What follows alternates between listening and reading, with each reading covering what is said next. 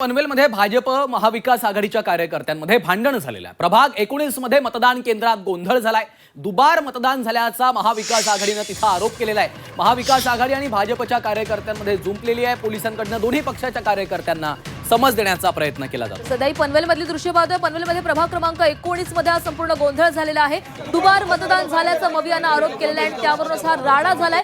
भाजप आणि मवियाचे कार्यकर्ते आमने सामने आलेले आहेत। प्रभाग क्रमांक 19 मधील ही घटना समोर आलेली आहे। सकाळपासून अनेक मतदान केंद्रांवर गोंधळ होताना दिसतोय। काही ठिकाणी ईव्हीएम बंद पडलेले आहेत तर काही ठिकाणी पक्षांचे कार्यकर्ते आमने सामने येऊ लागलेले आहेत। पनवेलच्या प्रभाग क्रमांक 19 मध्ये देखील भाजप आणि मवियाचे कार्यकर्ते आमने सामने आले।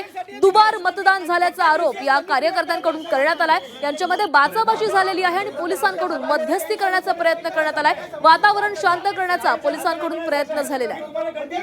पनवेलमध्ये हा सगळा प्रकार घडलेला आहे। भाजप आणि महाविकास आघाडीचे हे कार्यकर्ते पदाधिकारी आपल्याला एकमेकांच्या समोर आल्याचं दिसतंय।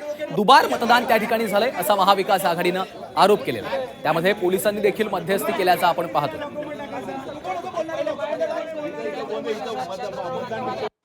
तुम्हाला मतदाराला बोलायचा अधिकार नाही। तुम्हाला मतदाराला बोलायचा